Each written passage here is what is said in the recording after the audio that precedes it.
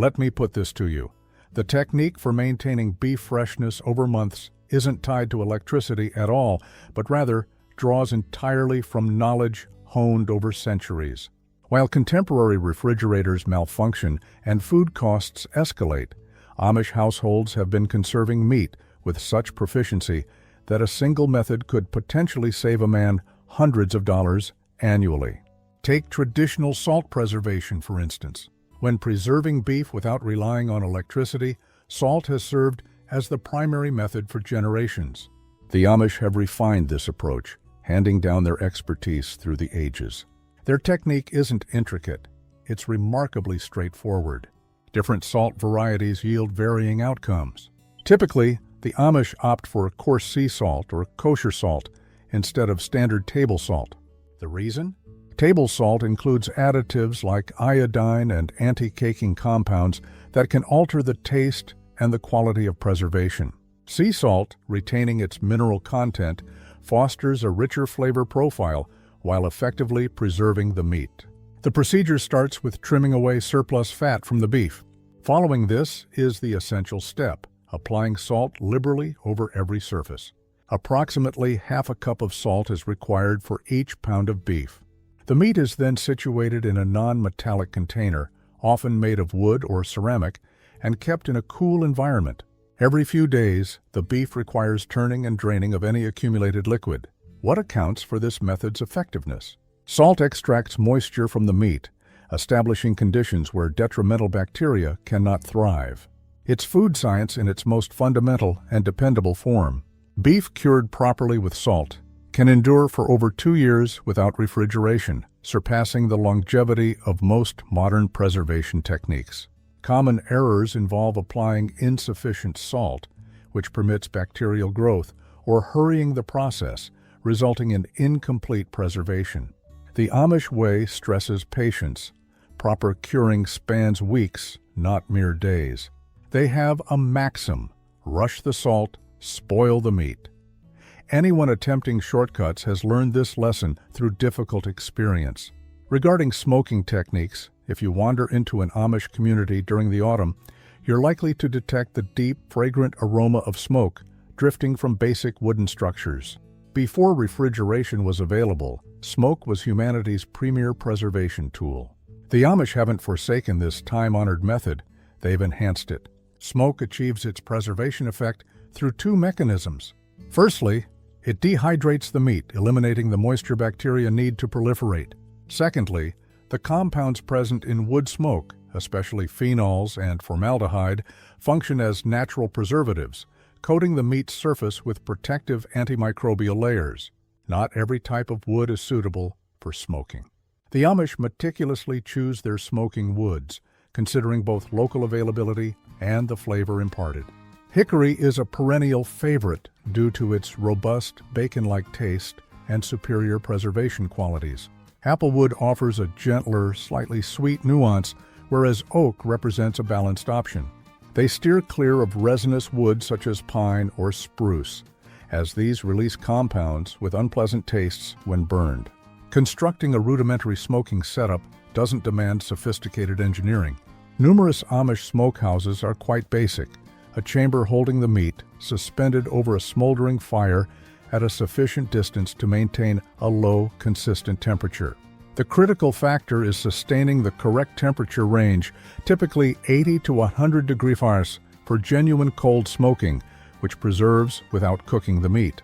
Proper smoke management is vital for successful preservation. A fire initially under control can rapidly generate dense clouds if airflow isn't managed correctly. Even seasoned Amish smokers sometimes produce enough smoke to worry passing neighbors. The solution lies in starting with small quantities until the technique is mastered. Maintaining a steady temperature and utilizing well-seasoned hardwood yield the finest results without making your backyard resemble an emergency situation, a fact local fire departments surely value. Concerning drying methods, jerky may be a common snack nowadays, but for the Amish, dried beef signifies serious food conservation. The difference between jerky and dried beef isn't merely terminological. They represent fundamentally distinct preparations. Jerky usually involves thin strips marinated with seasonings, whereas traditional Amish dried beef uses larger cuts treated with salt prior to drying. The resulting products fulfill different needs. Jerky provides quick energy, while dried beef offers long-term sustenance. Achieving properly dried beef necessitates specific conditions.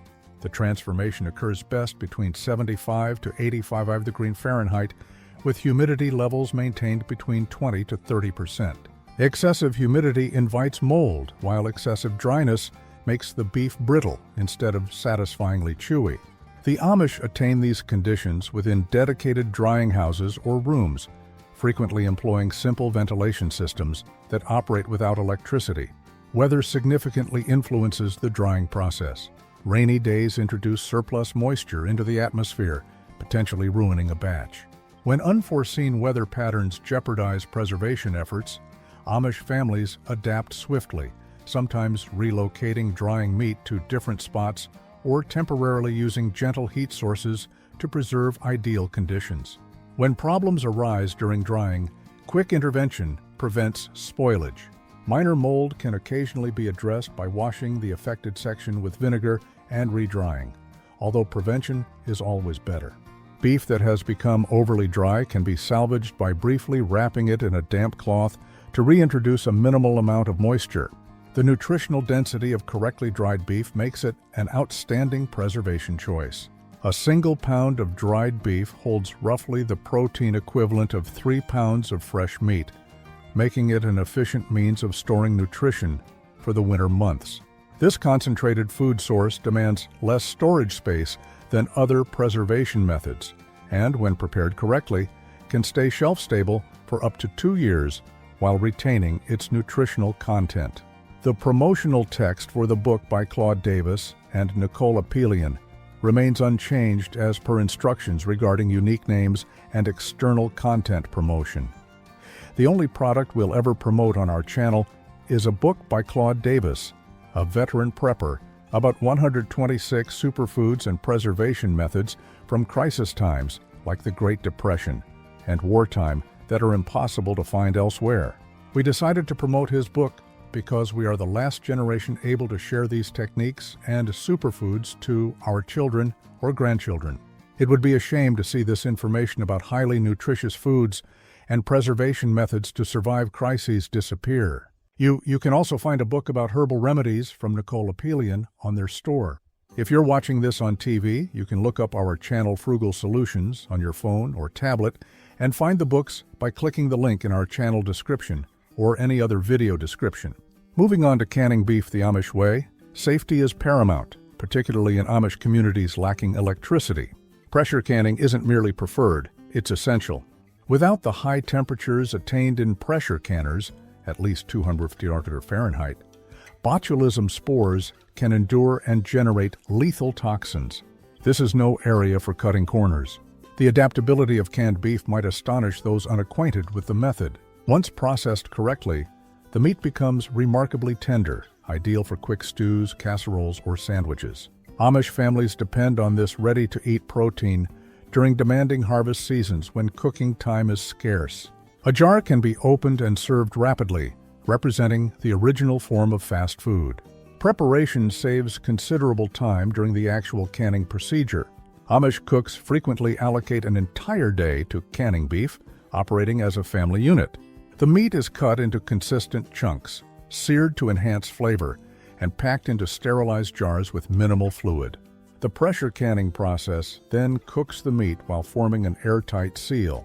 Appropriate storage significantly prolongs shelf life. Canned beef ought to be stored in cool, dark locations and checked regularly for spoilage indicators. The Amish usually keep their jars in root cellars or specially constructed pantries where temperatures stay consistent year-round. Under ideal conditions, home canned beef can remain safe for 2 to 5 years. As Amish home canners often remark, 5 minutes too short in the canner means 5 days in bed with food poisoning.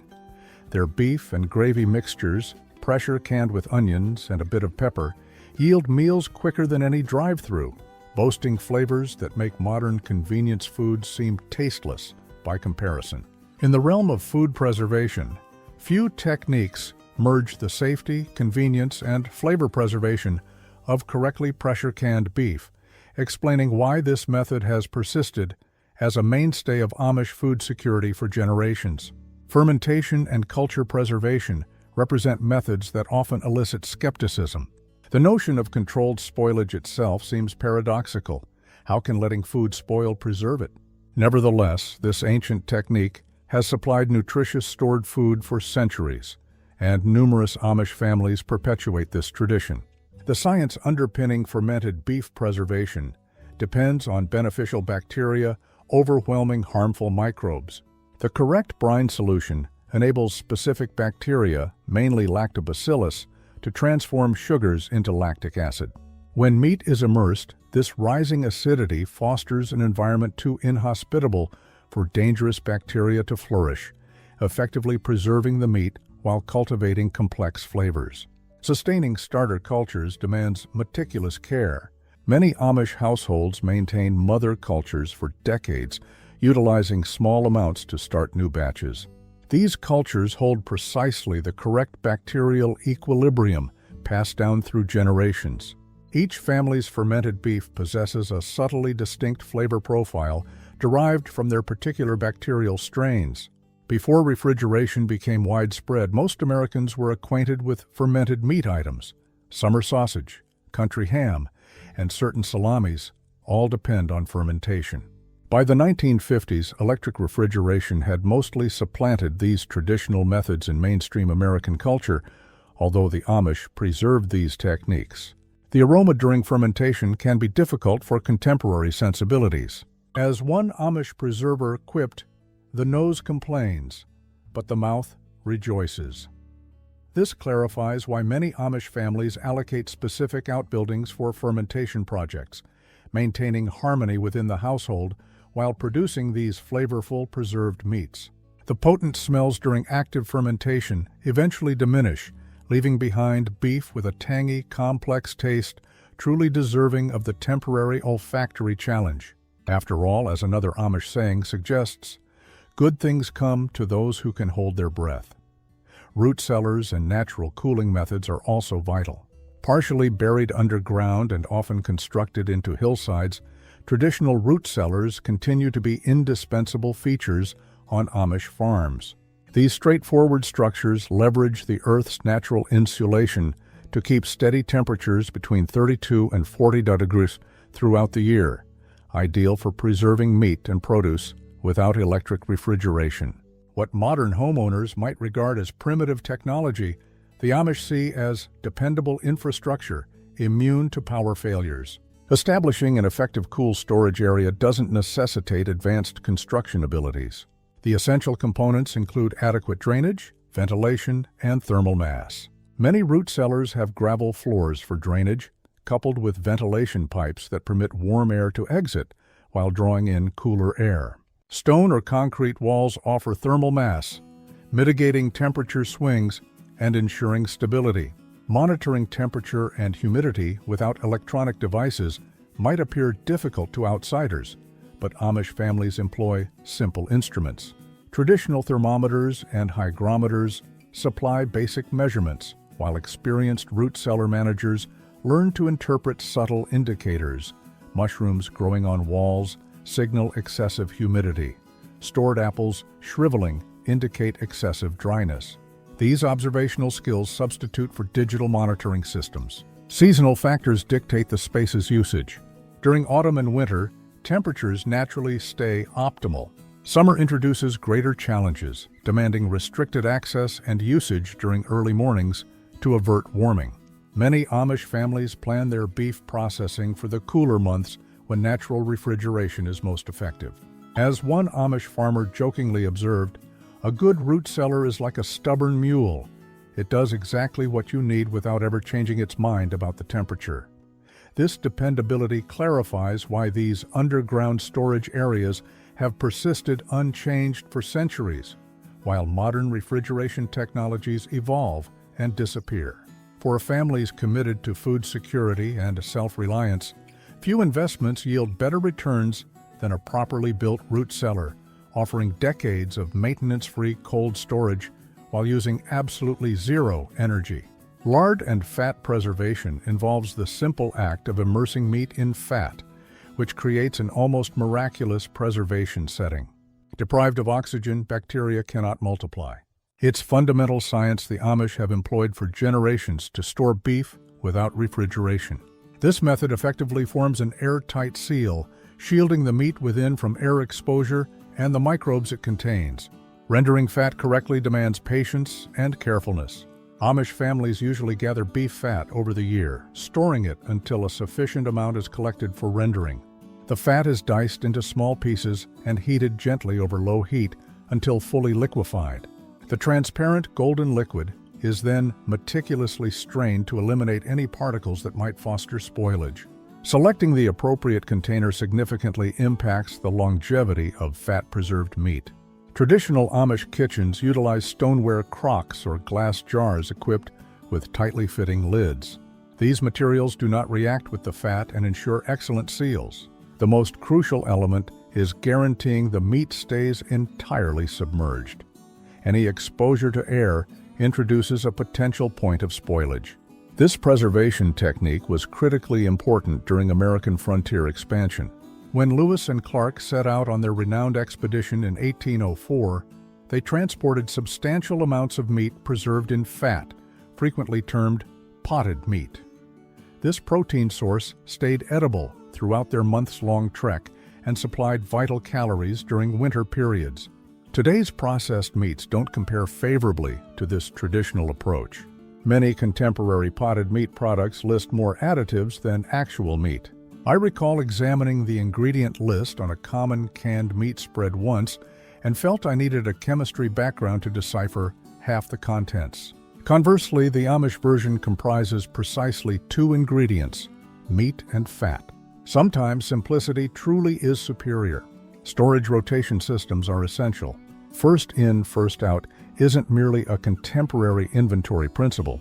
It has formed the foundation of Amish food management for centuries. Their methodical system for rotating preserved foods guarantees minimal waste and ensures families have access to safe, high-quality proteins year-round. This approach doesn't necessitate sophisticated technology, only the consistent application of practical sense.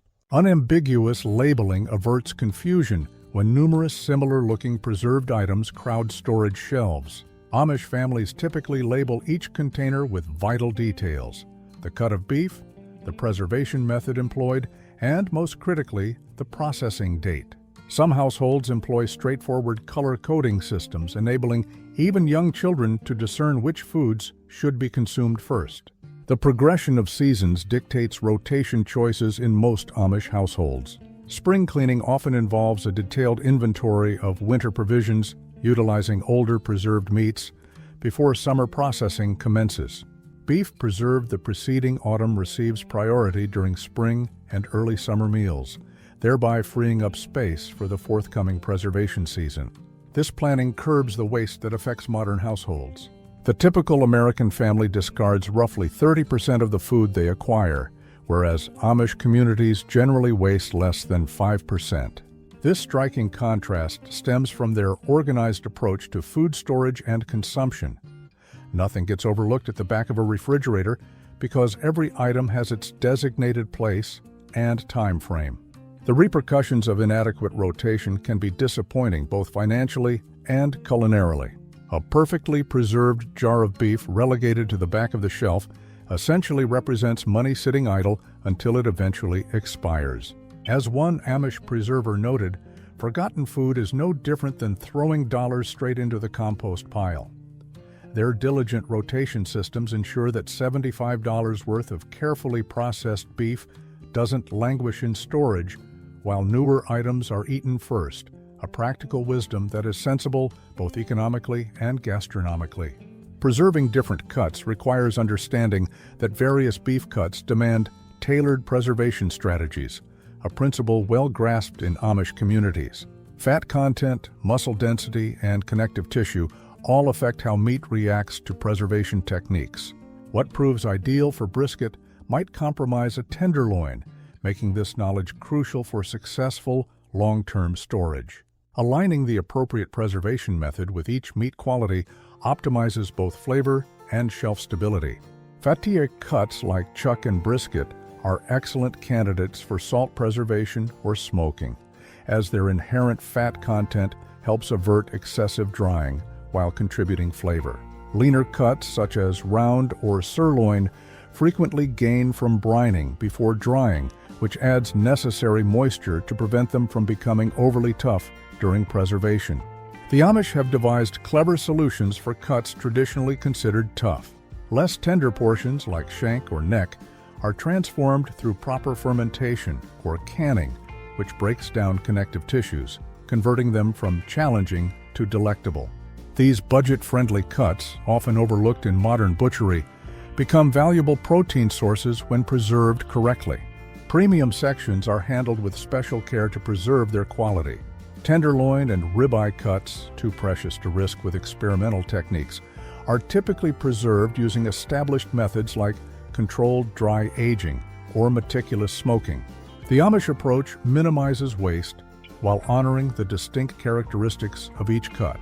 The economics of matched preservation can be quite significant. Those tough-looking pieces at the butcher's counter, the ones shaped oddly and priced at half the cost of prime cuts, often yield superior jerky compared to expensive options when properly brined and smoked. As one Amish preserver remarked, "The cheap cuts just need a little more conversation before they're ready to cooperate." Grasping these relationships between cut and technique can lower meat preservation expenses by as much as 40%, while simultaneously enhancing the quality of the finished product. Seasoning variations highlight regional differences in taste preferences, which become instantly noticeable when tasting preserved beef from various Amish communities. Families in Lancaster County, Pennsylvania, generally prefer simpler seasonings with subtle hints of pepper and cloves. In contrast, Amish settlements in Indiana frequently use more robust blends incorporating garlic and occasionally a hint of sweetness from maple sugar. These differences aren't arbitrary. They embody generations of refinement influenced by local ingredients and cultural traditions. Achieving a balance between flavor and preservation, effectiveness, demands careful thought. Certain spices, including garlic, cloves, and ginger, possess natural antimicrobial properties that boost preservation while imparting unique tastes. The Amish recognize this dual advantage, often incorporating these ingredients not just for flavor, but also for their functional roles. Excessive salt might prolong shelf life but results in inedible products, whereas insufficient salt invites spoilage. Discovering the ideal balance is an art passed down through generations. Creating signature beef products provides Amish families with a sense of pride and sometimes supplementary income. Many communities gain renown for particular preserved meats, be it a unique jerky recipe or distinctively flavored dried beef. These specialties often feature prominently at community events and signify family traditions upheld over centuries. Anyone can emulate these flavor profiles using basic ingredients available in most kitchens. Simple salt curing is greatly improved by adding black pepper, bay leaves, or brown sugar. The key is consistent measurement and thorough distribution of seasonings throughout the meat. As one Amish preserver cautions with a smile, measure your cayenne with a teaspoon, not a tablespoon, unless you're trying to cure the meat and clear sinuses simultaneously. This wisdom stems from generations of meticulous recipe development, where accuracy is paramount.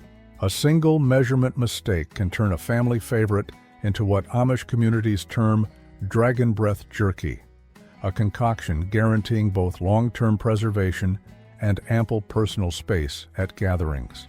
The fine balance of flavors illustrates how preservation techniques evolved not merely for utility, but for culinary pleasure, transforming necessity into tradition. Summer heat presents preservation challenges. August separates the skilled preservationists from the lucky ones, as Amish elders often state while demonstrating their summer beef preservation methods. Hot weather poses considerable difficulties for safe meat storage, but these obstacles have spurred Amish communities to devise clever adaptations effective even during the hottest months. Temperature monitoring becomes crucial when summer heat endangers preservation efforts. Lacking electronic thermometers, the Amish depend on traditional methods to evaluate conditions. They possess an intuitive grasp of their storage environments, identifying warning signs like condensation on walls or accelerated fermentation.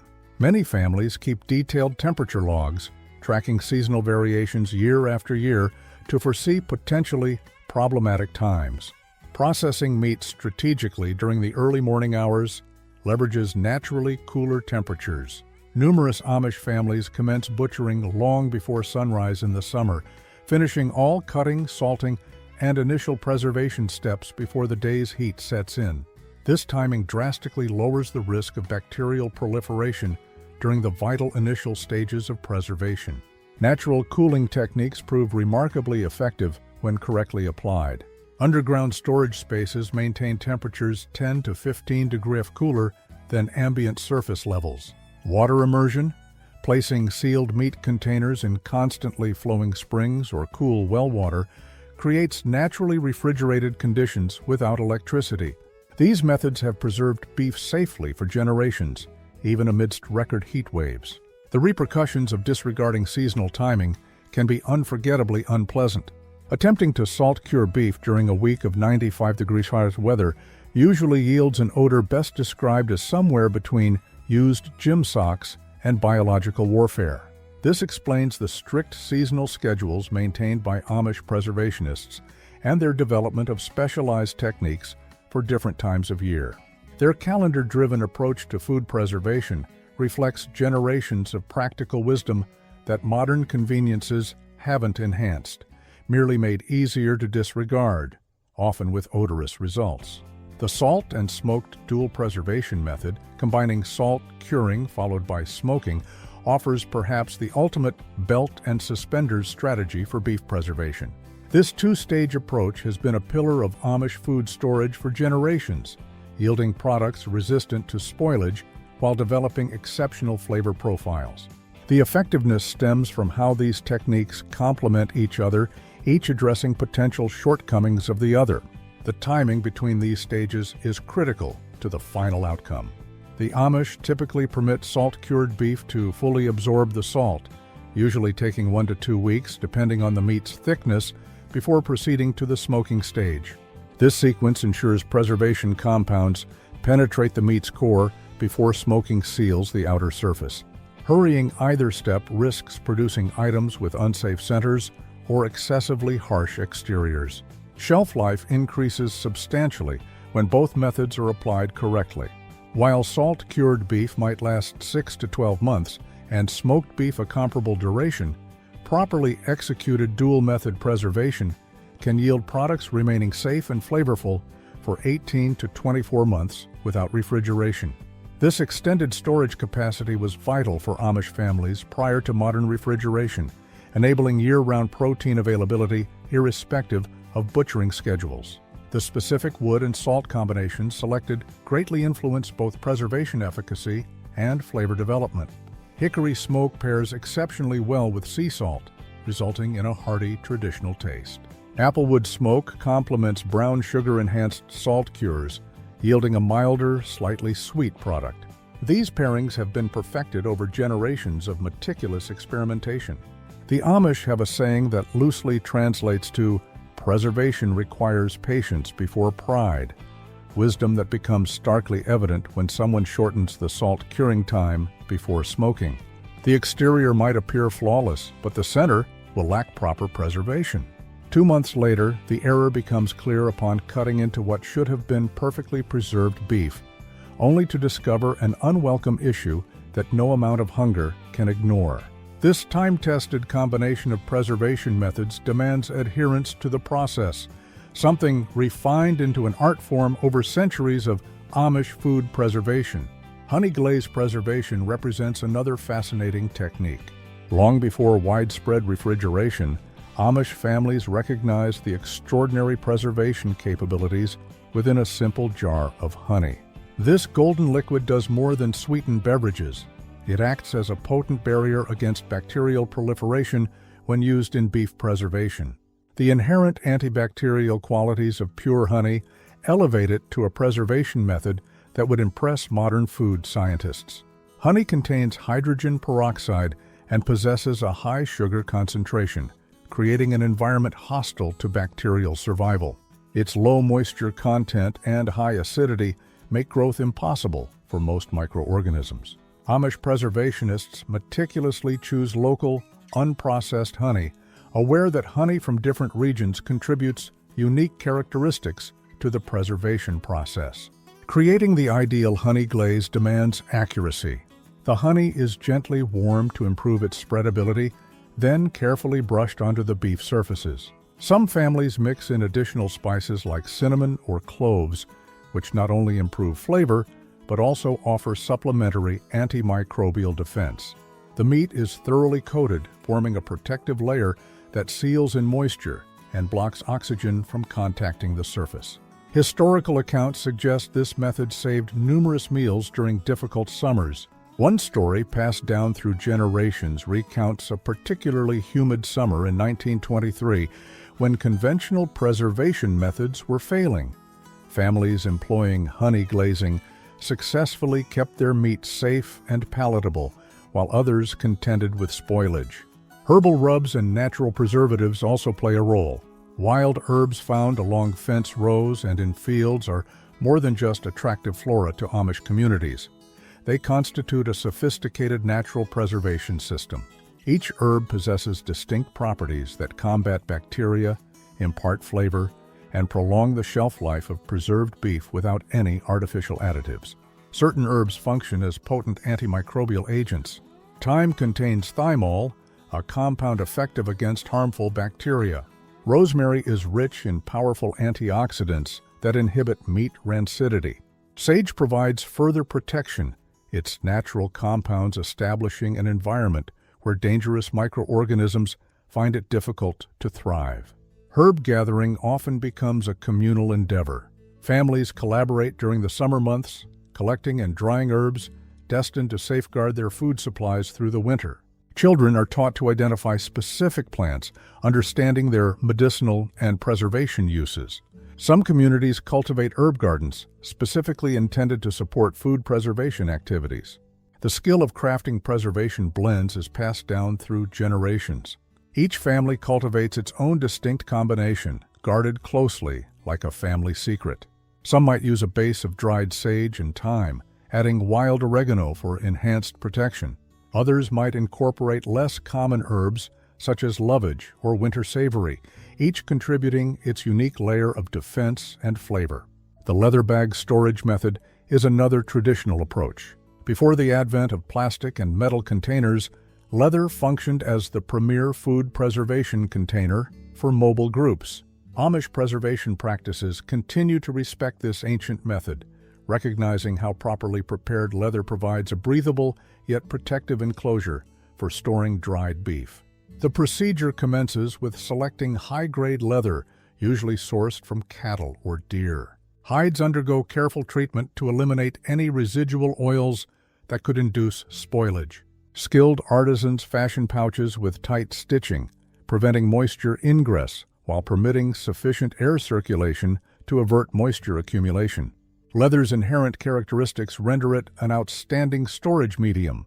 The material breathes, preventing condensation that might foster mold growth. Its somewhat porous quality permits minimal air exchange, helping to keep the meat from becoming overly desiccated. Some families employ specific treatments, such as beeswax coatings, to augment the leather's protective qualities. Historical evidence indicates these leather storage techniques enabled frontier travelers to transport preserved meat for months. Native American tribes and early settlers pioneered methods later refined by the Amish. A well-crafted leather bag could maintain the safety and edibility of dried beef throughout extended journeys and severe conditions, proving itself a vital survival implement. Winter freezing techniques leverage the natural environment. Protracted winters have historically challenged the survival skills of rural populations, and Amish families have mastered using nature's own freezer. When temperatures drop significantly, they harness the intense cold as a formidable preservation aid. Constructing outdoor ice houses is more than just a technique. It's a meticulously coordinated effort with winter itself. Timing is paramount in winter slaughtering practices. Amish farmers await the initial hard freeze, knowing that sustained sub-freezing temperatures create the ideal natural preservation conditions. As soon as temperatures fall and remain low, they mobilize. Beef is butchered swiftly, capitalizing on the natural cold that halts bacterial activity instantly. Safeguarding meat from predators becomes as crucial as the freezing process. Elevated storage platforms, carefully built wooden containers, and strategic positioning away from wildlife routes ensure the preserved beef stays secure. Some families employ multiple layers of defense, wooden boxes blanketed with snow, buried in carefully chosen spots that maintain consistent cold.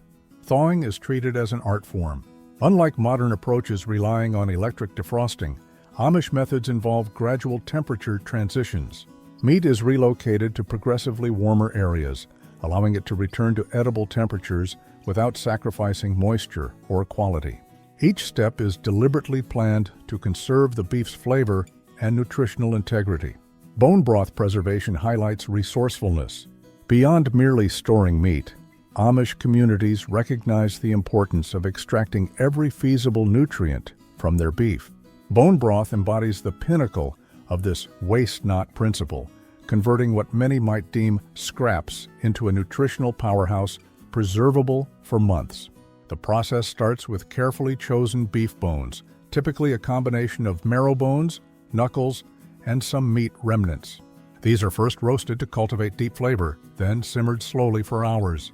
Amish families frequently utilize large cast iron pots capable of sustaining a steady low temperature, facilitating the gradual release of collagen, minerals, and nutrients into the broth.